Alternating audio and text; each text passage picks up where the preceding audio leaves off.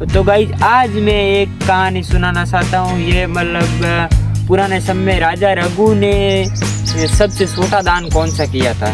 कथावाचक जो लोग भजनों के माध्यम से सुनाते हैं वही कहानी सुनाने जा रहा हूँ आज आपको। तो मैंने कल शाम को एक कहानी सुनी थी भजन के माध्यम से। तो बताया गया था कि राजा रामचंद्र जी राक्षसों का वध करके आ रहे थे, तभी वर्षु नदी के किनारे ऋषि मुनि विश्वामित्र ध्यान में बैठे थे।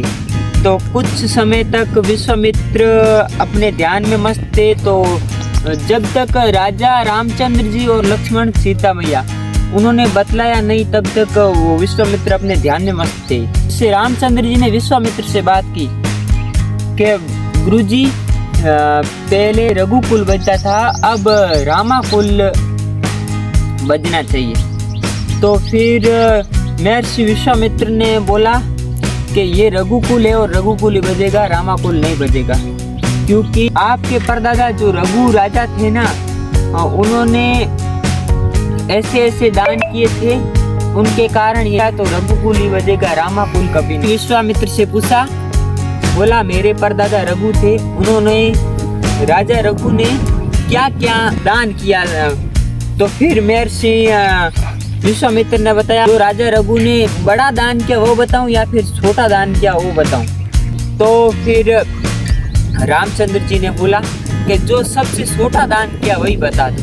तो क्या सबसे छोटा दान क्या मैं बता रहा हूँ। विश्वामित्र जी बोले कि सबसे छोटा रघु राजा ने दान किया था, वो दान था अयोध्या से 30 कोस दूर एक ब्राह्मण का घर था।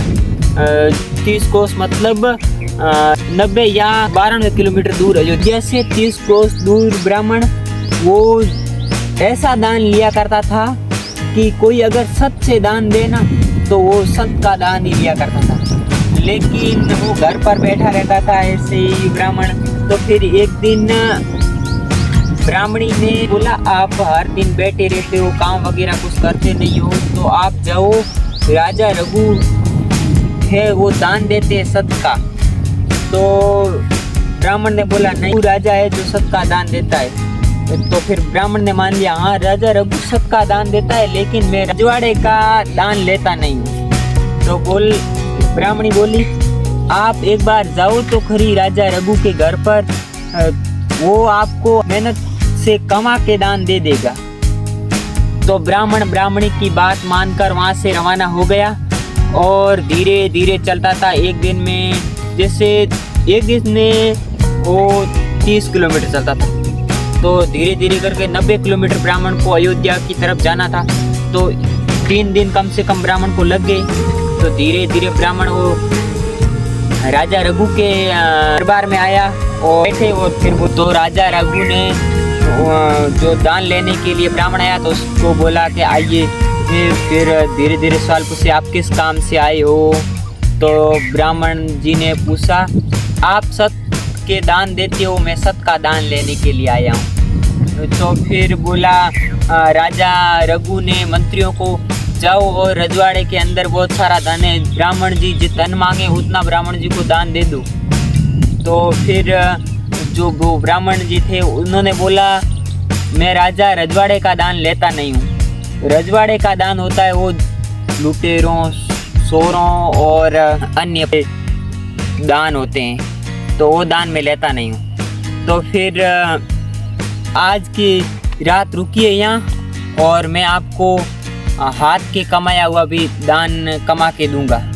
तो फिर अयोध्या के अंदर सबसे ज़्यादा कंसारों के घर थे, जो कांसी कूटा करते उसको कंसारा बोलते हैं। वहाँ कंसारों का घर था। राजा रघु रात के समय में फटे हुए कपड़े पहन के दरबार के बाहर की तरफ चले।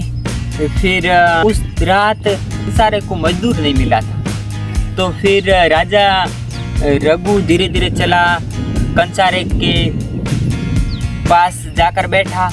आपको काम चाहिए? हाँ, राजा रघु ने बोला, हाँ मुझे काम चाहिए। तो फिर राजा रघु जो राजा होते हैं ना, जो हमेशा ही इतनी मेहनत वगैरह करते नहीं है। तो कांसी जो कूटते हैं ना, उसको एक कांसी का जब 1 गण ठोकते हैं ना वो हथौड़े का, तो 1 गण के 1 टका मिलता था।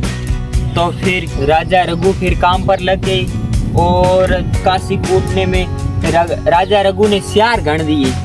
तो सियार गण दिए, फिर राजा रघु बोले कि अब मैं ये नहीं कर पाऊंगा। फिर क्या हुआ, सियार गण दे दिया तो बोला, पुराने समय में ऐसा हुआ था कि जो भी मजदूर व्यक्ति मजदूर जितना भी मजदूरी करता वो मजदूरी तुरंत हाथों हाथ दे देते। आज के समय में ऐसा नहीं है, वो पुराने समय में ऐसा होता था।